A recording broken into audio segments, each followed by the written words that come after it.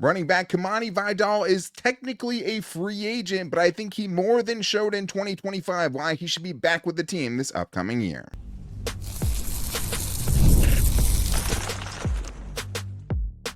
You are Locked On Chargers, your daily podcast on the Los Angeles Chargers. Part of the Locked On Podcast Network, your team every day.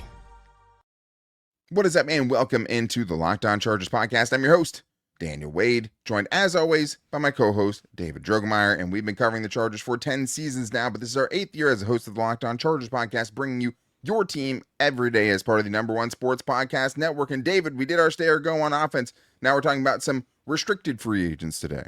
That's right. We got to look at a couple of exclusive rights free agents and a couple of restricted free agents.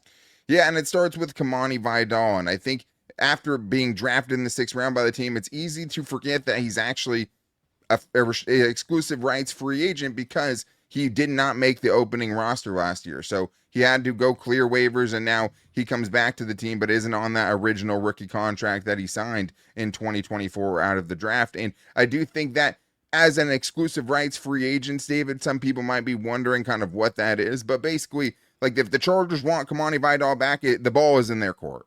Absolutely. So an exclusive rights free agent in the NFL is a player with fewer than 3 accrued seasons and an expired contract.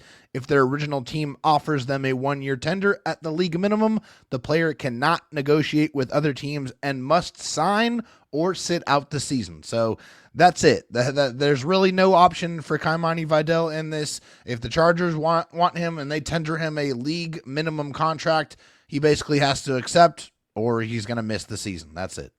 Yeah, and I mean, he is a great story from someone who did get cut to being, RB1 for this team for a huge stretch of the season while Omarion Hampton was on injured reserve, right? And then had to come back again at the end of the year. And then even in the playoff game when Omarion Hampton basically can only go out there for 1 snap, it was Vidal that had to go out there and kind of be that main guy. And there was varying success, of course. But obviously, again, we're talking about someone that's playing in an untenable situation behind what was collectively the worst offensive line in the NFL when you take out, all of the different metrics, the blown block rates, the PFF grades, the ESPN pass block, run block, win rate, all, 32nd or around that in the league. So it was a bad situation. And I think that it's pretty impressive that even given what he was dealing with, right, he still found a way to be really productive. Like he still put up over 100 yards of offense in 5 games. And he wasn't even the starter for the entire season. So I think that, to me, as someone where it's not going to cost you very much,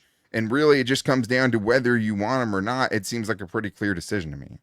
Oh, yeah, this is an easy one. This is a definite stay here with Kimani Vidal, 643 yards rushing, which led the Chargers last year in 2025 with 3 touchdowns. Had 3 games over 100 yards rushing, 4 games over 95 yards rushing, and he was really invaluable in Omarion's absence. Omarion missed 2 months of this season. I guess my only real concern with Kimani is he did have those 4 games over 95, but he also had 8 games under 50 yards rushing to go along with it. So, yeah, a little bit of either feast or famine on his game tape last year. But for the money that they're going to have to pay him, which is basically pennies on the dollar, that this is a absolutely no-brainer type of decision. He really improved tremendously year over year, and he was invaluable to this team. The Chargers would not have got to the playoffs without his contributions on the ground. Yeah, and him and Jarrett Patterson are both in the same boat right now, and I think out of the 2 of those, it's pretty easy, even though I thought Jarrett Patterson was fine, and very limited duty. Very limited. It's pretty easy. You're probably not going to bring back Najee Harris like we talked about on the Stay or Go show earlier today. I'm fine if you're not bringing back Hassan Haskins. Going into next year with the baseline of Omarion Hampton and Kamani Vidal is pretty nice to me. And I think the other thing is, too, is like keep both of those guys, David, and like you still can bring in an RB3. And for that RB3, maybe you can let, Mike McDaniel find somebody maybe he feels like fits more of this offense or gives them something that this offense needs. Yeah, because I think with Jarrett Patterson, he's pretty similar to what Kimani Vidal brings to the table. They're very small, diminutive type running backs. He had a couple of solid performances against the Raiders. He went 11 for 54 with a touchdown, and Tennessee had 9 carries for 44 yards. So he was solid in parts of 66 games that he played, but I don't know if he's going to factor in. I mean, obviously there's really no risk in bringing him back, so they can bring him back for a roster spot, for a roster, for a training camp spot, see if he can make the team, see if he can make the practice squad. There's really not much risk involved in this move whatsoever. No, and again, keep Omarion and Kimani as your, RB1, RB2, or at least the 2 guys you have going into the season, since you have both of them basically if you want them. And then let Mike McDaniel go get a burner if he wants a burner, right? Let him go get a change of pace back if that's what he thinks they need. But minimum 100 attempts last year, Kamani Vidal ranked 15th in breakaway percentage, runs of 15-plus yards, 30th out of 49 running backs in yards after contact per attempt, and also in missed tackles forced, and he had a lot less snaps than some of the guys ahead of him. So I think he did more than enough that he should be back with the team and could still help this offense, and is still a good fit for what Mike McDaniel brings, especially because the blocking should be a lot better, and he put up 4.1 yards per carry behind what we saw last year. But there's another interesting option, David, a young, cheap blocking option in Tucker Fisk, and I think, honestly, with the money they could save on Will Dissly, this maybe could be a cheap replacement for that in 2026 and beyond. We're going to talk about Tucker Fisk and Austin Deculus, other restricted free agents, and more on today's Locked On Chargers podcast. Tax season doesn't have to take over your life. This year, TurboTax is making it easier than ever to just hand things off and move on with your day. With TurboTax full service, you can have your taxes done for you by a trusted local expert, start to finish, without the stress or the guesswork. Instead of spending hours trying to figure out forms, you can meet with a local TurboTax expert in person or connect online if you want to. They handle everything from W-2s to self-employed forms and work to get you every deduction. You can upload your documents, go about your day, and get updates right in the TurboTax app. It's a huge time saver and gives real peace of mind knowing that an expert is handling it, which I know I love. And for a limited time, you can have your taxes done by a local TurboTax expert for just $150 all in if a TurboTax expert didn't file for you last year. Just file by February 28th, take taxes off of your plate, and get back to your life. Visit TurboTax.com/local to book your appointment today. Ever wanted to win an experience to go to the NBA Finals live and in person? Well, FanDuel is giving you that chance to turn your dream into a reality with their NBA sweepstakes. Here's how it works. Use your profit boost on any NBA future, and you'll automatically be entered for a shot to win an NBA Finals trip for 2. That's right, flights, tickets, the whole experience. If you're already looking at the board and thinking of which team can make a deep run, this is the perfect time to lock it in, especially because I think this is the time when you can actually start to figure out which teams are actually good or not. I love futures this time of year, whether it's picking a team to win the championship or other futures like just winning a conference title. It adds that extra layer of excitement down the stretch. And now not only can your pick cash, but it could also send you to the finals. Right now, you can still get a team like the Oklahoma City Thunder at plus 130 to win it all. Pretty heavy favorites there. Just by using your profit boost on that, you get yourself a chance to win the NBA sweepstakes. So visit FanDuel.com to get started. Use your profit boost on an NBA future and get entered for your chance to win a trip to the NBA Finals. Play your game with FanDuel, the official sports betting partner of the NBA. David, let's talk about Tucker Fisk, another restricted free agent, this one in the more traditional sense as an RFA, right? All of these guys are restricted in some way or another, but this is the more classic sense of a guy who has finished 3 seasons, but has not finished that 4th season yet, meaning the Chargers have a little bit more power if they want to bring him back. And we're talking about Tucker Fisk, who was kind of a guy who has come out of nowhere over the last kind of year and a half, and even got to the point last year, David, where Will Dissly was a healthy scratch in favor of Tucker Fisk being able to be on the field and being out there. So to me, I think especially with Oronde Gadsden, right, and his limitations as a blocker, if you want a cheaper blocker, a cheaper blocking option, I think Tucker Fisk could definitely fill that even in the Mike McDaniel offense. Yeah, definitely. I think you look around the NFL, you're going to see guys like a Tucker Fisk on almost every single roster around the league. So you need these type of guys, the guys that are going to do the dirty work. It's going to be an extra blocker, a primary run blocker as a tight end. Give you very little as a pass catcher, but they don't need that. They have a guy who can do that. That's already one of the better pass catching tight ends in the league after just 1 year in Rondé Gadsden II.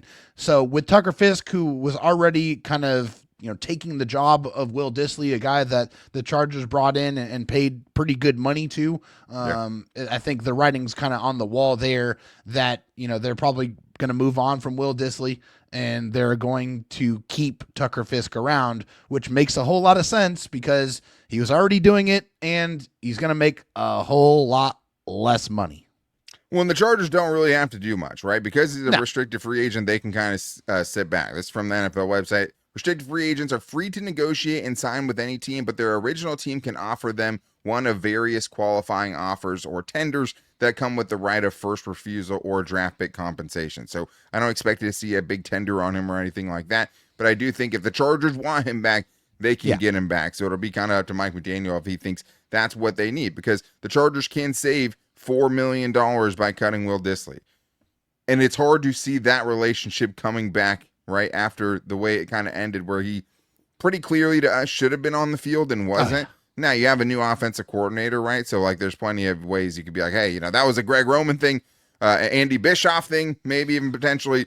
Both of those guys are gone now, right? But I do think as far as, him and how he pairs with an Rondé Gadsden to have a rookie fifth round pick along with somebody else who's not making a lot of money, you can still go get another tight end, right? That maybe can do a little bit more of both, because right now that would still leave you with two guys who bring pretty specific roles, one as a receiving option and one as a blocking option, because Tucker Fisk isn't going to bring you a lot there. Now, he ranked 58th out of 87 tight ends with at least 100 run blocking snaps. But again, I think I disagree a little bit, and I think more of that comes from just watching the Chargers rushing attack when they didn't have him, right? Because when he got hurt late in the year, it definitely took a toll on this rushing attack, and you felt his absence to where we're saying, hey, we really hope this guy can get back by this playoff game, because he was a difference maker for him in the running game. But as far as Austin Deculus goes, David, obviously, again, we're talking about a 7th round pick getting shipped off. We talked about Trevor Penning in the Stay or Go show that came out earlier today.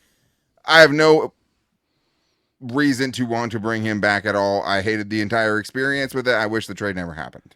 Yeah, it was bad. It was a pretty bad nightmare that we had to live through, and for him, like easy really bad situation too, because he played 39 snaps his first year, 29 snaps his second year, and then skyrockets all the way up to 516 snaps. Save us. Yeah. Bad. 7 sacks, 37 pressures.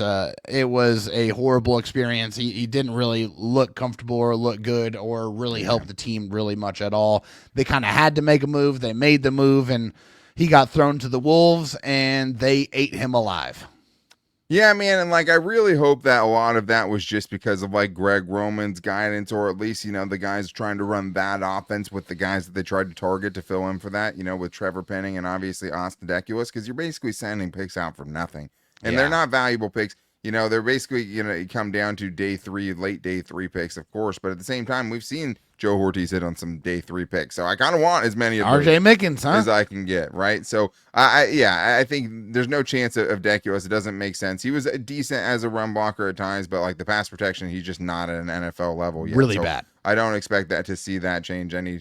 I'd be shocked if Austin Deculus was back on the team in 2026. I think it's going to be a big cleaning of the house in that room, as it should be. But that's going to wrap it up for today's bonus episode. The good news is make sure you're back here tomorrow morning, where we get into our defensive stay or goes with guys like Adafe Owe, and Khalil Mack kind of leading the charge in my brain as far as, hey, how can we figure out a way to run it back with both of those guys at least for one more year? But to make sure you don't miss it and these extra bonus episodes, go subscribe or follow for free on the Locked On Chargers YouTube channel and listen wherever you get your podcast from.